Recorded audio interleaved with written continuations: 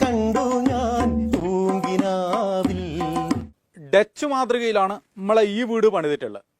കണ്ടോ, ഇപ്പോൾ 1ാം നിലയിൽ വെള്ളം കയറി, ഇനി കുറച്ചും കൂടി മഴ പെയ്താൽ 2ാം നില കയറും, പിന്നെ 3ാം നില കയറും, അങ്ങനെ വീടങ്ങ് മുങ്ങും.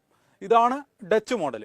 ഇത് മാത്രമല്ല, കുറച്ചും കൂടി മോഡലുകളുണ്ട്, അത് നിങ്ങൾക്ക് കാണിച്ചു തരാം. വെള്ളപ്പൊക്കത്തെ അതിജീവിക്കാനുള്ള ഡച്ച് മാതൃക നേരിട്ട് വിലയിരുത്താനും കൂടുതൽ മനസ്സിലാക്കാനും ഈ സന്ദർശനം ഉപകരിച്ചു.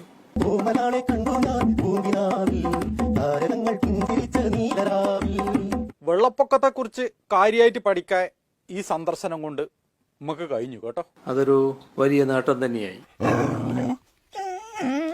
നമ്മളെ പ്രസ്റ്റീജ് പരിപാടിയാണ് റൂം ഫോർ ദി റിവർ. അതിനെക്കുറിച്ചിട്ടാണ് ഇനി പറയാൻ പോകുന്നത്. നൂർവാഡിലെ റൂം ഫോർ ദ റിവർ, ആ പദ്ധതി അങ്ങേയറ്റം മാതൃകാപരമായ ഒന്നാണ്.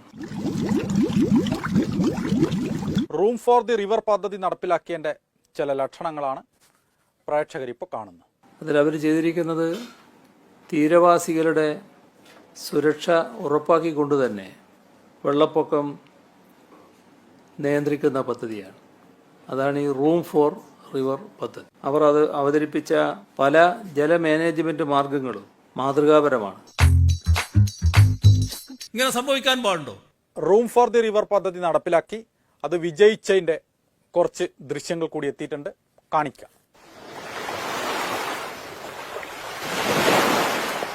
നമ്മളെ സംസ്ഥാനത്തിന് കുറേ കാര്യങ്ങൾ അവിടെ നിന്ന് മനസ്സിലാക്കാനുണ്ട് കേട്ടോ.